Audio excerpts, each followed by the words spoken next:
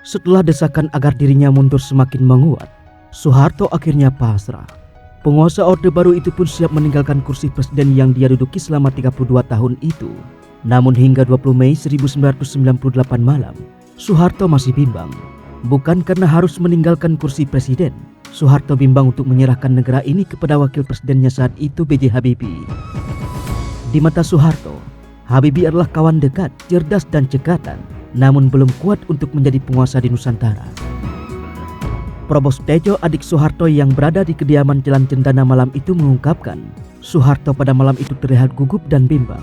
Pak Harto gugup dan bimbang, Pak Habibie siap dan bisa menerima penyerahan itu, ujarnya. Mendengar kata-kata Pak Harto ini, konon Habibie sangat tersinggung. Sebab hubungan Pak Harto dan Habibie lebih daripada sekedar dua sahabat politik. Entah apa yang membuat Soeharto bimbang untuk memberikan kursi presiden kepada Habibie.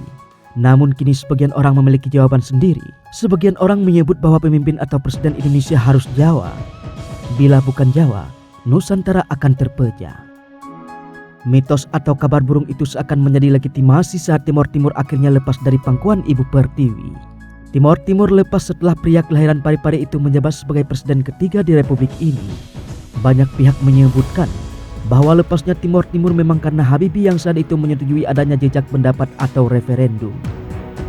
Timor Timur lepas dari negara kesatuan Republik Indonesia dan menjadi negara terpisah yang berdaulat pada tanggal 30 Agustus 1999. Lepasnya Timor Timur di satu sisi memang disesali oleh sebagian warga negara Indonesia, tapi di sisi lain membersihkan nama Indonesia yang sering tercemar oleh tuduhan pelanggaran HAM di Timor Timur. Hal inilah yang mendorong pihak oposisi yang tidak puas dengan latar belakang Habibie semakin giat menjatuhkan Habibie. Upaya ini akhirnya berhasil dilakukan. Pada sidang umum 1999, Habibie memutuskan tidak mencalonkan diri lagi setelah laporan pertanggungjawaban ditolak oleh MPR. Lalu, benarkah bahwa Presiden Republik Indonesia harus Jawa? Ataukah itu hanya sebatas mitos?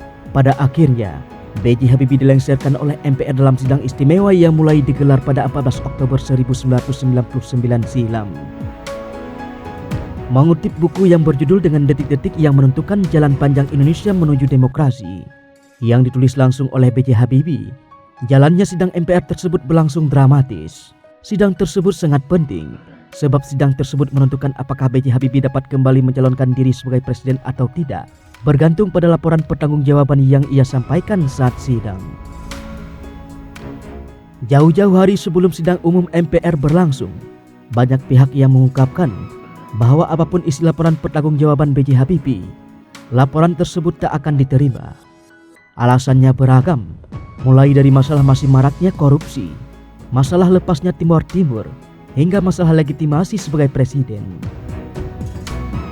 Jawaban saya adalah bahwa saya secara konsisten akan membacakan pidato pertanggungjawaban saya dan terserah pada penilaian para anggota di sidang umum MPR untuk menilainya. Jikalau diterima, maka saya akan meneruskan tugas saya untuk mendaftarkan diri sebagai calon presiden keempat RI. Namun jikalau pertanggungjawaban saya sebagai presiden tidak diterima, maka saya tidak bersedia untuk dicalonkan kembali, tulis Habibie.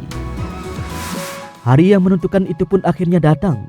B.J. Habibie memasuki ruang sidang dengan sambutan yang kurang menyenangkan dari peserta sidang. Di antara tepuk tangan peserta sidang, tidak sedikit orang yang menyorakinya dengan ucapan tidak pantas. Ketika saya memasuki ruang sidang didampingi ketua dan para wakil ketua MPR lainnya, saya disambut sebagian besar tepuk tangan dan beberapa lagi sorakan dan ucapan yang sangat menyinggung perasaan, ujarnya. Saya menahan diri dan tiap langkah saya iringi dengan panjatan doa kepada Allah Subhanahu wa Ta'ala. Saya memohon ampun atas segala kesalahan yang sengaja maupun tidak sengaja yang pernah saya lakukan.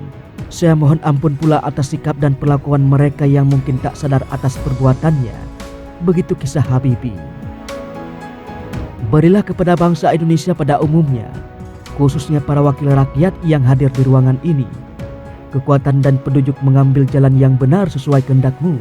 Berikanlah kekuatan untuk menghadapi semua dengan tenang dan bijaksana, ucapnya dalam berdoa. B.J. Habibie pun membacakan laporan pertanggungjawabannya sebagai presiden di hadapan peserta sidang MPR. Hampir selama 1 jam, ia menyampaikan pidato yang berisi keberhasilan Indonesia yang mampu entas dari keterpurukan ekonomi dan politik pasca lengsernya Soeharto. Namun, tak ada sekalipun tepuk tangan yang menyambut pidatonya. Usai pidato pertanggungjawaban, Habibie dan istri kemudian langsung meninggalkan ruangan sidang. Pada akhirnya, pada 20 Oktober 1999, palu sidang yang diketok oleh Amin Rais sebagai ketua MPR menyatakan secara bulat penolakan pertanggungjawaban Habibie sebagai presiden. Itu artinya Habibie dianggap telah gagal dalam mengemban amanah sebagai presiden. Kerja kerasnya memulihkan keterpurukan Indonesia pasca 1998 tak dianggap sebagai pencapaian. Penolakan pertanggungjawaban tersebut membuat Habibie tak bisa kembali mencalonkan diri sebagai presiden. Keputusan itu pun diterima dengan ikhlas oleh Habibie. Lewat lantunan doa setelah sholat Isya, Habibie memanjatkan doa kepada Tuhan untuk keselamatan Indonesia di masa yang akan datang selepas dirinya tak lagi menjabat sebagai presiden. Ya Allah, terima kasih atas lindungan yang telah Kau berikan kepada saya, keluarga, kawan dan siapa saja di sekitar saya, dan seluruh bangsa Indonesia termasuk mereka yang berseberangan dengan saya. Membantu penuh dedikasi, menghindari penyalahgunaan kekuasaan yang Allah titipkan kepada saya untuk memimpin bangsa Indonesia dalam menghadapi segala cobaan, tuturnya dalam doa. Lindungilah siapa saja yang mendapatkan kehormatan melanjutkan tugas saya sebagai presiden nanti. Berilah kepada presiden yang akan datang petunjuk mengambil jalan yang benar sesuai dengan kehendak-Mu dalam memimpin bangsa Indonesia tercinta ini. Ampunilah dosa kita semua.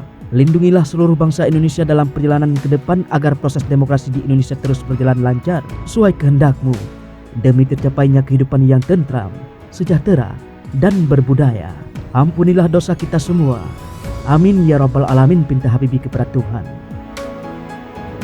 Kini, 20-an tahun berlalu usai lengsernya Habibie sebagai presiden, sosok bersahaja itu telah meninggalkan kita semua. Bagaimanapun, segala pencapaian dan jerih payah untuk Indonesia harus tetap dihargai. Selamat jalan Bapak B.J. Habibie.